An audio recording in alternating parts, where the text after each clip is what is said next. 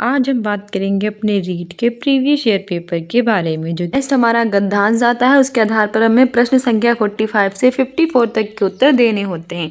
चाहे आप रीट की तैयारी कर रहे हो, चाहे आप सीटेट की तैयारी कर रहे हो, चाहे आप ईपीटेट की तैयारी कर रहे हो, चाहे बिहार शिक्षक भर्ती फर्स्ट लेवल और सेकेंड लेवल दोनों में इस तरह से जो आपका गद्यांश वगैरह है वो सेम ही रहता है, तो आप सब देख सकते हैं।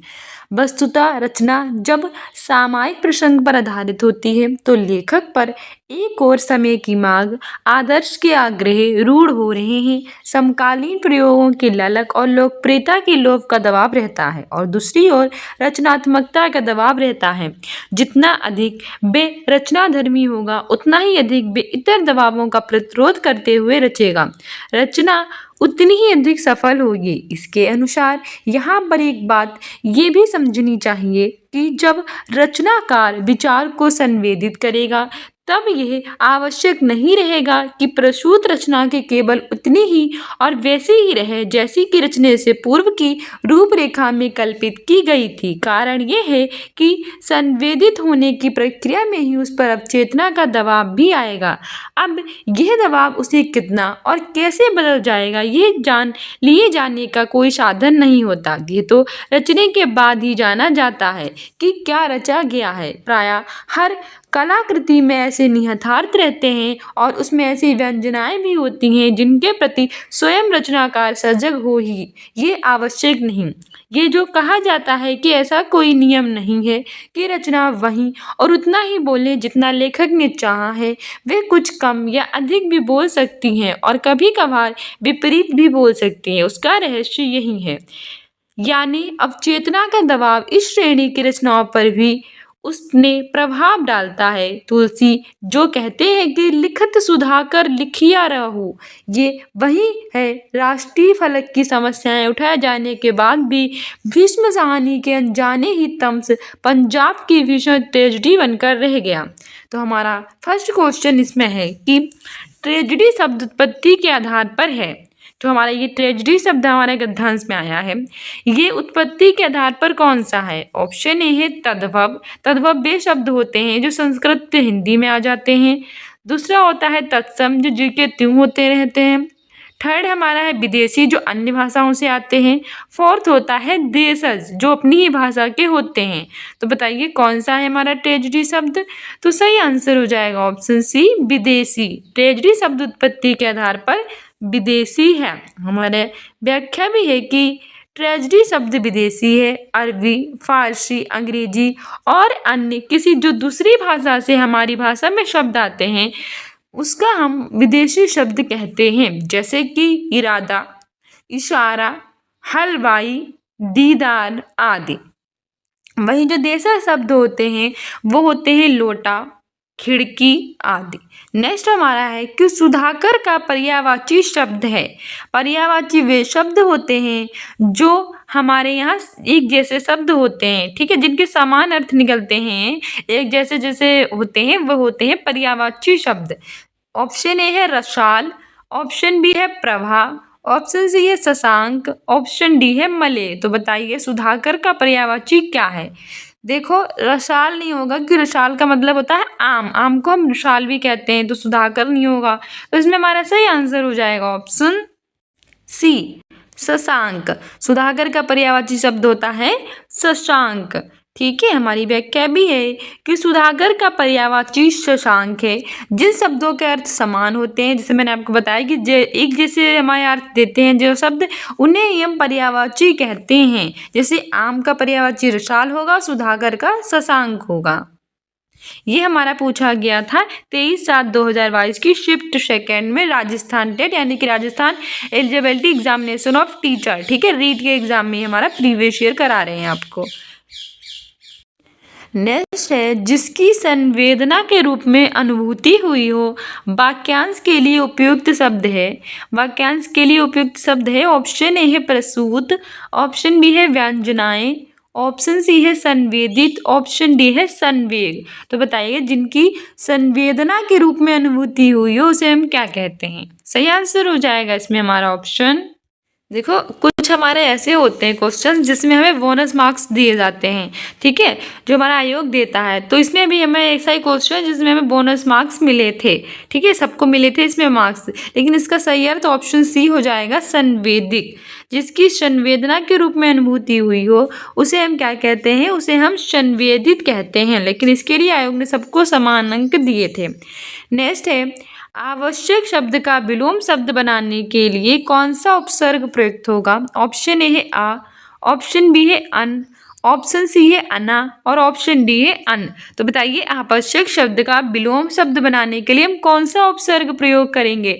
विलोम होता है उल्टा, यानी कि हमें आवश्यक का उल्टा शब्द बनाना है तो हमें कौन सा उपसर्ग प्रयोग करना पड़ेगा। और उपसर्ग वे शब्द होते हैं जो किसी भी जो होते हैं शब्द के आरंभ में लगते हैं उसके जो होता है अर्थ में परिवर्तन कर देते हैं। तो आवश्यक जो है इसका मतलब होता है जरूरी, इसका हमें उल्टा बनाना है तो गैर जरूरी होगा, यानी आवश्यक का अनावश्यक हो जाएगा। तो हमारा सही आंसर हो जाएगा ऑप्शन डी, अन। ठीक है, ऐसा लगेगा अन, ना कि नीचे हलंत जरूर लगेगा। अन प्लस आवश्यक जो है, जो ये अन है, ये उपसर्ग के रूप में लगाएंगे तो हमारा अनावश्यक बन जाएगा। ठीक है, अन प्लस आवश्यक बराबर अनावश्यक है। आवश्यक मतलब जरूरी, उल्टा होता है गैर जरूरी, यानी कि आवश्यक का अनावश्यक, कोई जरूरी नहीं है। तो हमारा ऑप्शन डी सही हो गया। हमारी व्याख्या भी कह रही है कि आवश्यक शब्द का विलोम शब्द बनाने के लिए अन उपसर्ग होगा। उपसर्ग क्या होते हैं, जो आरंभ में लगकर नए नए शब्दों का निर्माण करते हैं उसे कहते हैं उपसर्ग। जैसे कि अन प्लस अदर अनादर, आ प्लस ज्ञान अज्ञान और अन प्लस आवश्यक अनावश्यक। नेक्स्ट है कि समायिक शब्द में प्रयुक्त प्रत्यय है, यानी कि जो समायिक है इसमें हम कौन सा प्रत्यय प्रयोग करते हैं। ऑप्शन ए है ई, ऑप्शन बी है का, ऑप्शन सी है इक और ऑप्शन डी है इक। तो देखो प्रत्यय वे होते हैं जो किसी भी शब्द के अंत में लगते हैं। देखो उपसर्ग आरंभ में लग रहे थे और जो प्रत्यय है वो अंत में लगकर परिवर्तन करेगा। तो समायिक जो है उसमें हम कौन सा प्रत्यय प्रयोग हुआ है, तो हमारा सही आंसर हो जाएगा ऑप्शन सी इक। समय प्लस इक बराबर समयिक।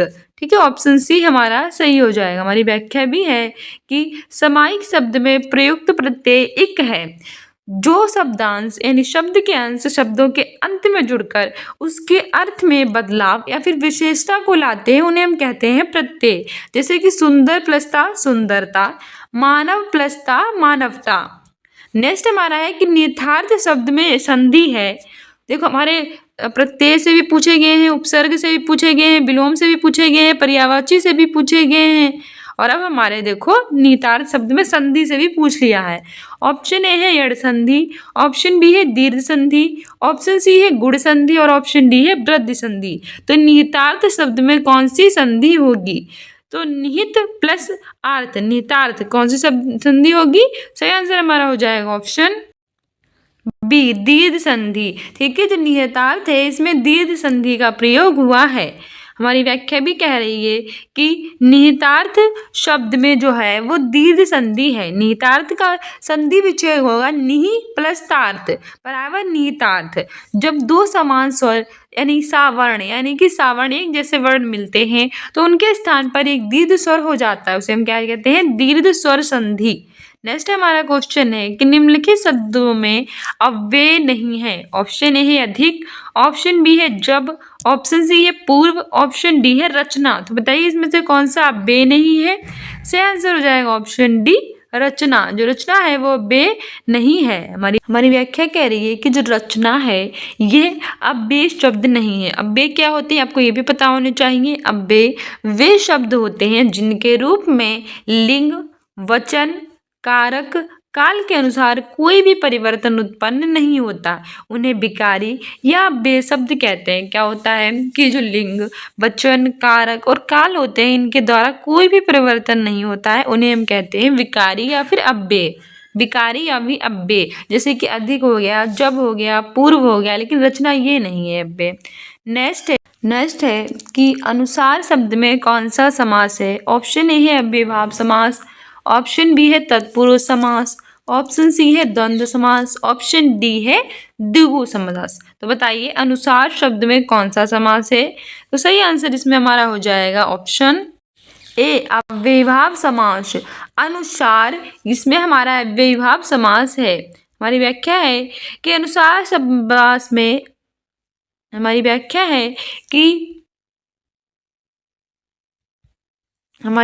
है कि अनुसार शब्द में अव्ययीभाव समास है जिस समस्त पद का पहला पद अव्यय होता है और क्रिया विशेषण के रूप में प्रयुक्त होता है उसे हम अव्ययीभाव समास कहते हैं।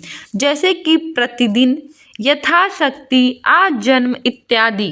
क्या होता है हमारे अव्यय समास में कि जिसका पहला पद होता है अव्यय और क्रिया विशेषण के रूप में प्रयोग होता है उससे कहते हैं अव्ययीभाव समास। साथ ही में भी सोच सकते हैं कि जो उपसर्ग के रूप में प्रयोग होते हैं जैसे कि प्रति, यथा, ये उपसर्ग नहीं लग रहे हैं, तो जो उपसर्ग जिसमें प्रयोग होते हैं वो भी हमारे अव्ययीभाव कहलाते हैं, जैसे प्रतिदिन, यथाशक्ति, आज जन्म इत्यादि। नेक्स्ट है वह शब्द में सर्वनाम है। ऑप्शन ए है निश्चयवाचक, ऑप्शन बी है संबंधवाचक, ऑप्शन सी है निजवाचक, ऑप्शन डी है अनिश्चयवाचक। से आंसर हो जाएगा ऑप्शन ए निश्चयवाचक सर्वनाम। वह, यह, इसका, उसका, तो ये सब हमारे निश्चयवाचक सर्वनाम हैं। निजवाचक वे सर्वनाम होते हैं जो निजता का बोध कराते हैं। संबंध जिसमें होता है जिसमें जो सो लगा होता है तो वो तो संबंधवाचक। और अनिश्चयवाचक होता है मतलब जिसके बारे में पता नहीं होता। ठीक है, कौन, ये सब नहीं, कौन तो प्रश्नवाचक हो जाएगा। जैसे अनिश्चयवाचक होता है ठीक है, अनिश्चयवाचक जैसे कोई आया है, ठीक है, कोई वगैरह है, तो ये अनिश्चयवाचक मतलब हमें नहीं पता। संबंध में जिसमें हम एक दूसरे से संबंध बताते हैं, जो सो निजता का बोध कराता है, स्वयं करूंगा ये काम। लेकिन वह जो होता है वो एक निश्चयवाचक सर्वनाम है क्योंकि हमें पता है कि वह आया है। ठीक है, ऑप्शन ए बिल्कुल सही हो जाएगा। लेकिन हुआ क्या था, इसमें भी हमें आयोग ने क्या दिया था, बोनस मार्क्स दिया था, मतलब सबको एक जैसे अंक दे दिए। लेकिन आप याद रखना कि जिन सर्वनाम शब्दों में किसी निश्चित वस्तु का बोध होता है उसे निश्चयवाचक कहते हैं। वो तो सबको पता होगा, जैसे कि ये है, वे है, जो, ये, वे। ठीक है, इसने सबको समान अंक दिए थे आयोग ने। नेक्स्ट है कि लोभ शब्द में कौन सी संज्ञा है। ऑप्शन ए है व्यक्तिवाचक संज्ञा, ऑप्शन बी है जातिवाचक संज्ञा, ऑप्शन सी है वस्तुवाचक संज्ञा और ऑप्शन डी है भाववाचक संज्ञा। तो बताइए लोभ में कौन सी संज्ञा होगी। संज्ञा होती क्या है, किसी भी व्यक्ति, वस्तु, स्थान आदि के नाम को हम संज्ञा कहते हैं। इसके 5 प्रकार होते हैं, व्यक्तिवाचक, जातिवाचक, भाववाचक, पदार्थवाचक और हमारी द्रव्यवाचक। तो इसमें आपसे पूछ रहा है कि लोभ में क्या संज्ञा है, तो किसी व्यक्ति के बारे में तो बता नहीं रहा है, राम, श्याम, गीता, सीता ये होता तो व्यक्तिवाचक हो, इसलिए हट जाएगा। जाति के बारे में बता नहीं रहा है, लड़का, माँ, तो ये सब तो है ही नहीं जाति की। वस्तु के बारे में भी नहीं बता रहा है, ये बता रहा है लोभ के बारे में। लोभ एक भाव में चला जाएगा, ऑप्शन डी बिल्कुल सही होगा। लोभ, लालच, प्रेम, ठीक है, घृणा, ये सब भाववाचक में जाते हैं, ऑप्शन डी हमारा सही है। ठीक है, जो लोभ होता है वो एक हमारा भाव होता है, ये एक भाववाचक संज्ञा है। लोभ शब्द लोभी भाववाचक संज्ञा से बना हुआ विशेषण है। जिस संज्ञा शब्द से पदार्थों की अवस्था, गुण, दोष, धर्म इन सब के बारे में जानकारी होती है उसे हम भाववाचक संज्ञा कहते हैं। जैसे कि मिठास, थकावट, मित्रता, बचपन आदि। ठीक है, लेकिन अब आपसे ये देखोगा मिठास में कौन सा प्रत्यय, मीठा प्लस आस, थकावट में थक प्लस आवट, मित्रता में मित्र प्लस था, बचपन में बच प्लस पन। ठीक है, ये सब संज्ञा में हमारे क्या हो रहा है, प्रत्यय का प्रयोग भी हो रहा है। नेक्स्ट हमारा है कि फिर से हमारा एक गद्यांश दिया गया है, उसके आधार पर हमें 55 से लेकर 60 तक के प्रश्नों के उत्तर देने हैं। तो गद्यांश पढ़िए और आंसर दीजिए। देखो हमने आपसे पहले कह दिया रीट की तैयारी कर रही हूँ, प्राइमरी की या जूनियर की, चाहे आपकी सीटेट की हो चाहे बिहार शिक्षक भर्ती की हो, ये आपके सेम ही रहते हैं, एक दूसरे से लेकर ये पूछता है। तो ये जो गद्यांश वगैरह है अच्छे से देख लीजिए, हिंदी तो सेम ही है। कह रहा है कि भाषा, धर्म, संप्रदाय और क्षेत्र की भावना को राष्ट्रीय रूप देकर ही संकीर्णता से बचा जा सकता है। सभी कुछ राष्ट्र का है या राष्ट्र से है, क्योंकि सभी घटकों का अस्तित्व राष्ट्र के कारण ही संभव है। राष्ट्र है तो विभिन्न भाषाएं हैं, धर्म है, राज्य है और जातियां हैं। अतः राष्ट्र के हित में हमें स्थानीय समस्याओं को अत्यधिक तूल नहीं देना चाहिए। साहित्य द्वारा यह कार्य संभव है क्योंकि साहित्य मानवीय मूल्यों का तथा मनुष्य का हिमायती है। वह व्यक्ति को विभिन्न वर्गों में विभाजित नहीं करता। कविता की भाषा में आदमी होने की तमीज है, तब कविता या साहित्य की अन्य विधाओं द्वारा आदमी को आदमी से जोड़ा जा सकता है। यह कार्य प्रारंभ भी हुआ है, पर इसका व्यापक प्रभाव अभी दिखाई नहीं देता। कला और साहित्य का और अधिक प्रचार प्रसार होना चाहिए। सर्वभाषा कवि सम्मेलन, संवाद, सेमिनार तथा चर्चा वार्ताओं के द्वारा समूचे देश में परस्पर सद्भाव और समझ का वातावरण बनाना श्रेयस्कर है। समाचार पत्र, पत्रिकाएं, रेडियो, दूरदर्शन, फिल्म आदि माध्यम से ये कार्य कर रहे हैं और इनका असर भी पड़ रहा है। मिले सुर मेरा तुम्हारा शीर्षक गीत व्यक्ति को अनुप्राणित करता है तथा राष्ट्र के प्रति हमें संचेतन होने के लिए प्रेरित करता है। इसी प्रकार के प्रयास यदि सार्वजनिक संस्थाएं, साहित्य संस्थाएं करें तो पूरे राष्ट्र को हम एकता के सूत्र में बांध सकते हैं। हमारा इसमें क्वेश्चन है कि जातियां शब्द का एक वचन होगा। ऑप्शन ए है जाति, ऑप्शन बी है जाति, ऑप्शन सी है जातियां, ऑप्शन डी है जाति।